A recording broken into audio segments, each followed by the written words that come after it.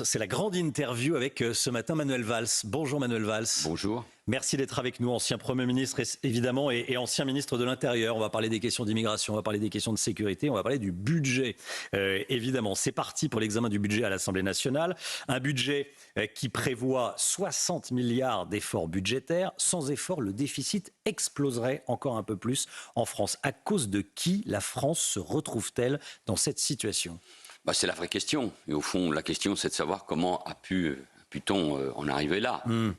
Il y aura des commissions d'enquête de l'Assemblée nationale et du Sénat. Je ne suis pas là pour dresser des budgets, désigner des poteaux, mais je suis là pour essayer de comprendre ce qui s'est véritablement Vous avez été passé. Premier ministre. Vous connaissez parfaitement les arcanes de l'État. Vous avez peut-être une idée de ce qui a pu se passer? C'est une simple erreur? C'est de l'incompétence de Bercy qui n'a pas prévu? Il peut toujours y avoir non seulement des erreurs, mais des changements de prévision. Les rentrées des recettes de la TVA ou de l'impôt sur les sociétés sont moindres. Donc il faut rectifier. Mais le Premier ministre, le ministre des Finances et du Budget, le Président de la République, donc bref, l'exécutif a tous les moyens au quotidien pour comprendre comment les choses peuvent se passer entre la Banque de France, la Cour des comptes, l'INSEE, évidemment la direction du Trésor, celle du budget. Vous avez tous les éléments pour suivre, contrôler les dérapages. Or, cela vient sans aucun doute de loin, avec des rentrées fiscales moindres et des dépenses, avec le quoi qu'il en coûte, qui n'ont pas cessé d'augmenter. Donc si je vous suis, tout le monde savait.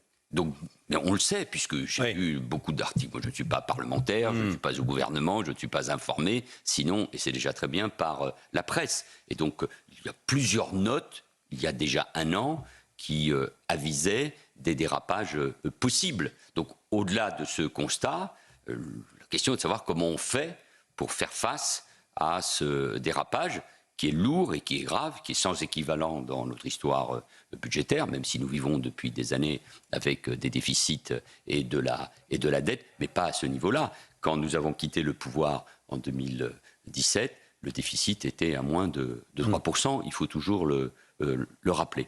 60 milliards d'efforts budgétaires, 20 milliards de hausse d'impôts, 40 milliards de dépenses publiques en moins, de réduction des dépenses publiques. Certains proposent de vendre une partie des bijoux de famille, comme on dit, des participations de l'État dans des grandes entreprises, Orange, la Française des Jeux. Qu'est-ce que vous en pensez ? Mais moi, n'étant pas parlementaire, je viens de le dire, ce qui m'intéresse, c'est le moyen et long terme. Parce que de toute façon, pour faire bouger le tanker France, le budget, il faut du temps. Évidemment, je dirais que le ratio entre la baisse de la dépense publique et l'augmentation des impôts, en soi, me paraît assez juste. 2 tiers concernant les dépenses publiques, 1 tiers concernant la fiscalité. Mais nous savons tous que pour faire baisser les dépenses publiques, pour réformer l'État, il faut du temps, sachant que nous avons des priorités. La défense, la justice, la sécurité dans un monde difficile et incertain, la recherche et l'innovation, l'école, parce que nous savons de toute façon, c'est un budget particulièrement lourd et important. Donc, la proposition, par exemple, de vendre des parts que l'État détient dans un certain nombre de sociétés pour nous aider, non pas à baisser le déficit, mais à désendetter le pays, cela me semble une bonne proposition. Il faut savoir où, comment, mais les 3 parlementaires qui ont de l'ancienne majorité qui ont fait ces propositions, elles me paraissent intéressantes. Mais plus largement, comment on fait en sorte que... Parce que je crois que nos compatriotes ont peur. Les commerçants, les entrepreneurs... Ça n'incite pas à dépenser, hein. Les Français, tout simplement. Oui, parce que, évidemment, l'effet, même si le gouvernement s'en défend, c'est un risque, bien sûr, de récession. L'austérité, la rigueur, prenez le mot que vous voulez, peut provoquer de la récession et ralentir donc davantage la croissance. Et si vous avez moins de croissance, vous avez moins d'activité et donc aussi vous avez moins de recettes fiscales. Donc moi, ce que j'attends aussi, même si je sais que la situation pour le Premier ministre actuel est particulièrement difficile, c'est aussi en matière de dépenses et de fiscalité une certaine vision. Je pense qu'on s'interdit des propositions, par exemple, intéressantes. Je pense, par exemple, à l'utilisation de la TVA. Je sais que c'est pas très populaire parce que c'est considéré souvent comme injuste parce que la part du revenu consommé est plus importante dans les ménages les plus modestes. Mais on peut jouer en augmentant la TVA, mais aussi en ne touchant pas aux produits de première nécessité. C'est-à-dire, mais alors vous augmenteriez la TVA sur quel produit? Elle est déjà à 20% la TVA. Vous l'augmentez à combien sur quel produit? Elle peut augmenter d'1 ou 2 points. En préservant les produits de première nécessité. Un exemple précis de produits sur le... C'est tout ce qui est dans tout ce qui est les produits de première nécessité, dans l'alimentaire, dans la vie quotidienne de nos concitoyens. Vous augmenteriez la TVA pour ces produits-là? Mais non.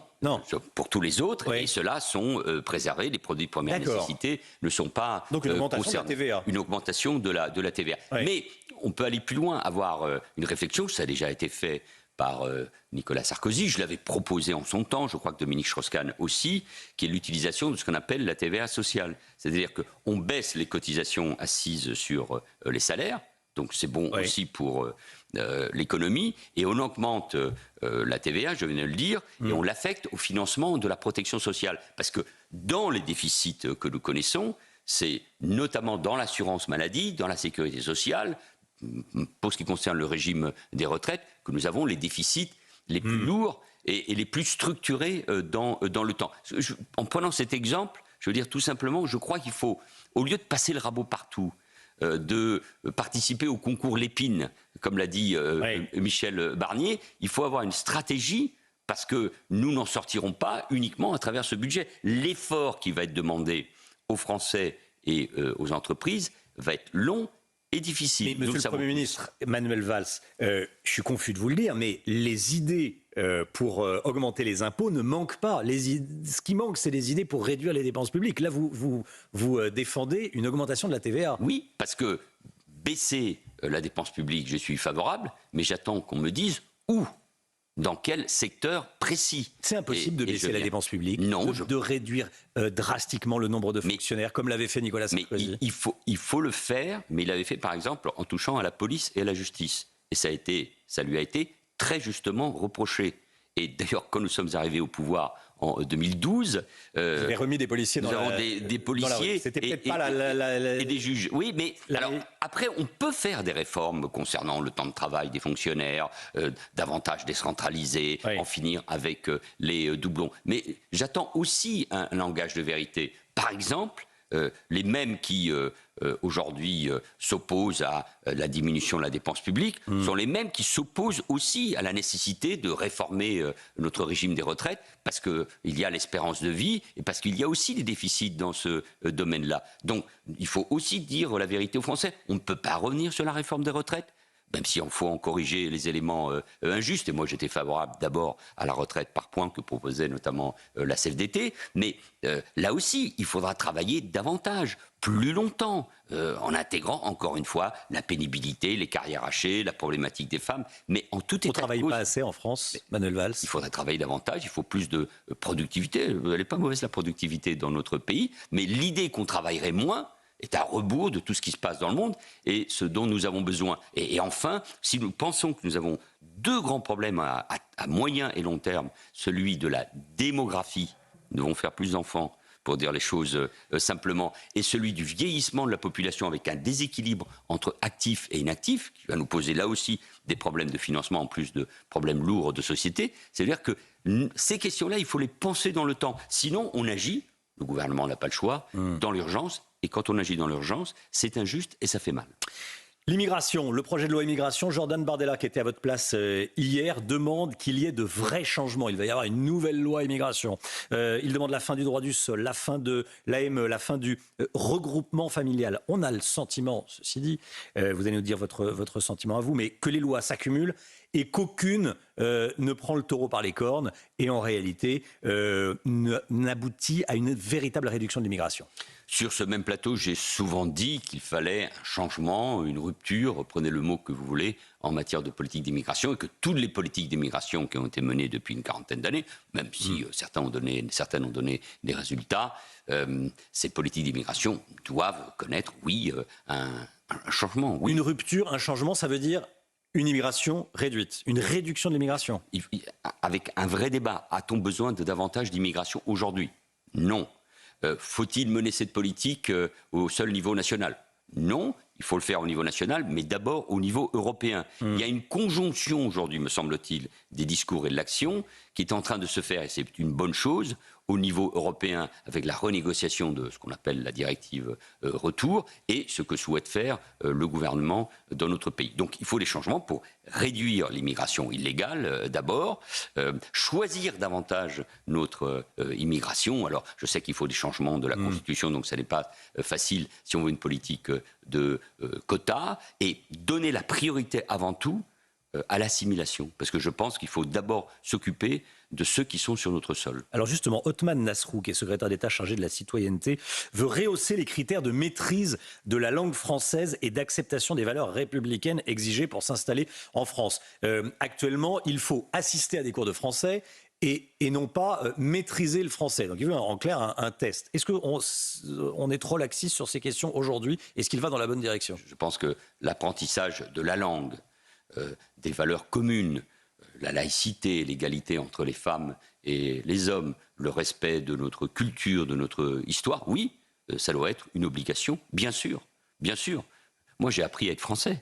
Je l'ai souvent dit, je suis né à l'étranger, j'étais naturalisé français quand j'avais 20 ans. J'ai appris à devenir français, à aimer ce pays. Donc, j'y reviens. Le secrétaire d'État, le ministre délégué, le dit très bien dans son entretien, l'assimilation, ça fait partie de notre histoire. Et donc, il faut l'imposer, il faut l'intégrer dans la manière dont nos politiques publiques sont menées pour que nous ayons de nouveau cette capacité à partager ensemble un destin commun. Manuel Valls, ancien Premier ministre, ancien ministre de l'Intérieur, invité de la grande interview CNews Europe 1 ce matin. Je voulais parler également de l'actualité internationale avec vous, Manuel Valls. Le leader du Hamas, Yahya Sinwar, a été tué. Benjamin Netanyahou dit que c'est le début de la fin de la guerre à Gaza. Comment est-ce que vous analysez la situation en Israël actuellement ? Moi, je pense qu'Israël est en train de gagner cette guerre, contrairement à ce que beaucoup avaient dit il y a un an. La guerre contre le Hamas. La guerre contre le Hamas. C'est difficile. Parce qu'il y a évidemment les drames provoqués par la guerre. Il y a des milliers de morts civiles, des femmes, des enfants, des personnes âgées. Il y a des réfugiés. Il y a une souffrance, bien sûr, des populations civiles palestiniennes. Mais Israël mène une guerre qui est légitime. Israël a le droit et le devoir de se protéger, évidemment de ramener les otages à la maison et d'en finir avec une organisation terroriste, le Hamas. Et c'est la condition préalable pour toute paix, pour toute solution politique. Donc le travail doit être mené jusqu'au bout en éradiquant l'appareil militaire et terroriste du Hamas. De ce point de vue-là, j'espère qu'Israël y arrivera le plus tôt possible. Et incontestablement, ces derniers jours, ces dernières semaines, des progrès ont été accomplis dans ce sens. Mais nous savons que c'est une guerre globale, qu'il y a la guerre au nord aussi face au Hezbollah et que derrière, il y a l'Iran qui demain peut avoir la bombe atomique. Donc nous sommes dans un de ces moments difficiles et les dirigeants occidentaux doivent comprendre qu'Israël est en première ligne face à l'islamisme et que s'y joue aussi d'une certaine manière notre destin. Comment qualifieriez-vous la position d'Emmanuel Macron vis-à-vis d'Israël ? Emmanuel Macron qu'on a parfois du mal à suivre sur cette question. Incompréhensible. J'ai dit d'une certaine manière mon incompréhension, mon indignation même vis-à-vis de certaines prises de position du président de la République. Ça va, je n'assiste pas à une manifestation pour la République contre l'antisémitisme parce que je ne veux pas diviser les Français. On ne divise pas sur la question cruciale de la lutte contre la haine des Juifs. Le fait qu'on ne livrerait pas d'armes à Israël, on n'en livre pas, mais alors que ce pays ami, allié et démocratique est en première ligne, je viens de vous le dire, face sur plusieurs fronts, face au terrorisme islamique, des déclarations rapportées, je le sais bien, du Conseil des ministres qui prouvent une incompréhension, je crois, sur l'histoire du sionisme d'Israël et la sensibilité dans le monde juif aujourd'hui. Beaucoup de Français aujourd'hui ne comprennent pas ces prises de position, ce zigzag permanent. Et c'est dommage parce que du coup, la France savait vivre. Il ne peut pas y avoir d'équidistance entre d'un côté le Hezbollah et le Hamas, des organisations terroristes qui ont tué des Français, et Israël qui est un pays démocratique et allié. On peut toujours critiquer un gouvernement, mais les Israéliens le font très bien puisque c'est une démocratie. Et nous devons être impeccables dans le soutien à Israël. Et par exemple, je suis indigné qu'on interdise à Israël de présenter ses armes dans des salons militaires, hier à Satori, demain dans un salon naval. C'est incompréhensible, ça brouille notre parole et ça affaiblit la France. Manuel Valls était l'invité de la grande interview CNews Europe.